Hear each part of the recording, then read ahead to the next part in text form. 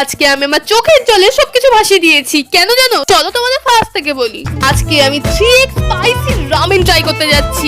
আমার যে কি অবস্থা হবে এটা খেয়ে, সেটা তোমরা লাস্টেই দেখতে পারবে।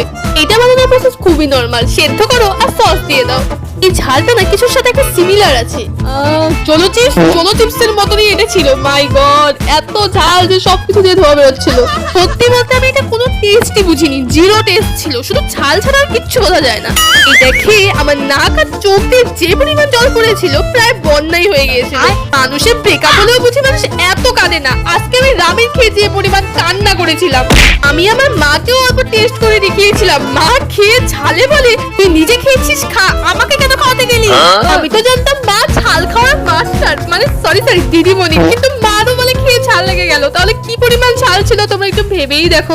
এত কান্নার পরে একটা সাবস্ক্রাইব তো বানতা হয়, তাড়াতাড়ি সাবস্ক্রাইব করো। আজকের জন্য টাটা।